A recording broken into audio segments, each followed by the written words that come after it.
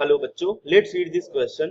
The question says, in which of the following compounds the oxidation number of iodine is fractional? बच्चों चार compound आपको दिए गए हैं और आपको बताना है कि इनमें से किसमें आयोडीन का ऑक्सीडेशन नंबर फ्रैक्शनल होगा। तो बच्चों इस क्वेश्चन को सॉल्व करने के लिए जो की कॉन्सेप्ट है वो हो जाएगा, बच्चों समझना होगा आपको कि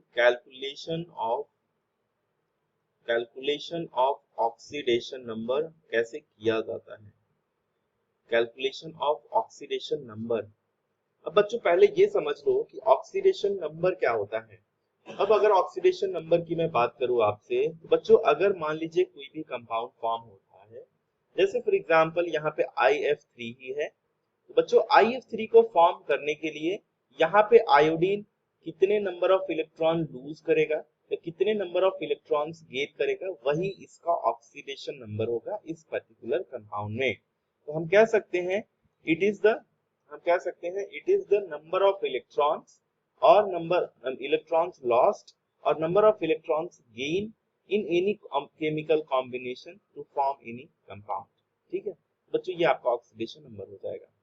अब चलिए इसके लिए कुछ बच्चों कुछ सेट ऑफ रूल्स हैं, वो सेट ऑफ रूल्स आपको पता होने चाहिए कि सेट ऑफ रूल्स क्या कहते हैं, तभी आप कैलकुलेशन कर पाएंगे।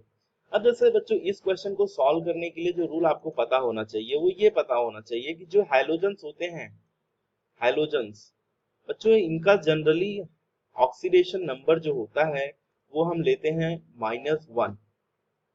ऑक्सीडेशन नंबर बच्चों लिया जाता है -1 हैलोजेंस का। लेकिन आप ध्यान दीजिए कि ये जब ऑक्सी एसिड्स में रहें या फिर ऑक्सी एनायन फॉर्म करें, तो बच्चों इस केस में इनका ऑक्सीडेशन नंबर पॉजिटिव में हो सकता है। अब यहाँ पे बच्चों कैसा है, ये इंटर हैलोजन कंपाउंड्स है। अब यहाँ पे जो ज्यादा इलेक्ट्रोनेगेटिव होगा वो बच्चों -1 ऑक्सीडेशन स्टेट उसके ऊपर रहेगा, और बाकी जो यहाँ पे इलेक्ट्रॉन दे सकता है ना, उसके ऊपर पॉजिटिव ऑक्सीडेशन स्टेट आ जाएगा। ठीक, तो ये आपका सेट ऑफ रूल्स रहता है। अब बच्चों चलते हैं, समझते हैं कि हम कैसे कैलकुलेट करेंगे। अब कैलकुलेशन के लिए बच्चों जैसे पहला कंपाउंड जो आपको दिया गया है वो है IF7। अब बच्चों यहाँ पे हम कहेंगे लेट से ऑक्सीडेशन नंबर ऑफ, हमको आयोडीन का निकालना है, oxidation number of iodine is X। अब बच्चों ध्यान से समझो, यहाँ पे जो इलेक्ट्रोनेगेटिविटी है, इलेक्ट्रोनेगेटिविटी ऑफ ये आयोडीन जो है ये कम है एज कंपेयर टू किसके, इलेक्ट्रोनेगेटिविटी ऑफ फ्लोरीन के।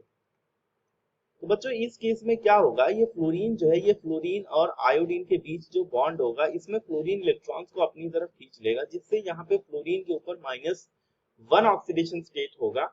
और बच्चों आयोडीन यहाँ पे क्योंकि ये इलेक्ट्रॉन दे रहा है, जब इलेक्ट्रॉन कोई देता है तो उसके ऊपर कौन सा चार्ज आता है, पॉजिटिव। यहाँ पे आयोडीन का जो ऑक्सीडेशन स्टेट है वो पॉजिटिव में होना चाहिए। ठीक, अब बच्चों कैलकुलेशन करते हैं, तो एक आयोडीन है इसलिए हम केवल X लिखेंगे, और बच्चों यहाँ पे 7 फ्लोरीन है तो 7 इंटू -1। अब बच्चों जो ऑक्सीडेशन स्टेट होगा सारे के सारे एलिमेंट्स का, जो भी ऑक्सीडेशन सम होगा, sum of oxidation state of all these elements और atoms will be equal to the charge on this compound. तो बच्चों इसके ऊपर कोई चार्ज तो है नहीं, जब कोई चार्ज नहीं है तो हम इसको 0 लिखेंगे। ठीक है, अब बच्चों सॉल्व कर लेते हैं, तो यहाँ से x की वैल्यू आ जाएगी +7, यानी कि IF7 में आयोडीन का ऑक्सीडेशन स्टेट बच्चों +7 होगा। अब नेक्स्ट देखते हैं बच्चों, सेकेंड जो आपको कंपाउंड दिया गया है वो है I3-। अब बच्चों यहाँ पे देखो तीन के तीनों ही क्या दिए गए हैं, आयोडीन ही दिए गए हैं। अब इसके केस में बच्चों हम अगर कैलकुलेशन करना चाहें तो हम ये लिख सकते हैं कि लेट से oxidation state of iodine is X। तो इसको मैं लिख सकता हूं बच्चों 3 इंटू एक्स, क्योंकि यहाँ पे चार्ज -1 है तो बच्चों ये हो जाएगा टोटल -1 के बराबर। तो बच्चों यहाँ से जो x की वैल्यू आती है वो आती है -1/3। यहाँ पे ये जो वैल्यू है ये फ्रैक्शनल वैल्यू है, और यहाँ पे हर आयोडीन के ऊपर जो चार्ज होगा वो क्या होगा, -1/3 चार्ज होगा। बच्चों यहाँ से आपका सेकेंड ऑप्शन जो है वो करेक्ट हो जाता है। अब नेक्स्ट ऑप्शंस देख लेते हैं, जो थर्ड और फोर्थ दिए गए हैं। अब बच्चों अगर आप थर्ड का कैलकुलेशन करेंगे तो थर्ड आपको जो दिया गया है वो है IF5। तो बच्चों IF5 में अगेन हम ऑक्सीडेशन स्टेट हम x कंसिडर करेंगे, तो ये हो जाएगा x प्लस यहाँ पे 5 इंटू -1 इज इक्वल टू 0। तो बच्चों x की वैल्यू आ जाएगी +5। तो इसके केस में आयोडीन का ऑक्सीडेशन स्टेट +5 है। नेक्स्ट जो बच्चों फोर्थ दिया गया है वो है आपका कंपाउंड IF3। तो यहाँ पे भी हम आयोडीन का x कंसिडर करें तो बच्चों हो गया x plus 3 into -1 is equal to 0। तो x की वैल्यू आ जाएगी बच्चों +3।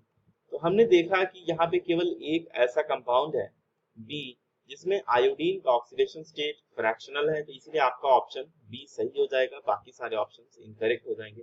तो बच्चों hope you understood it well. Best of luck.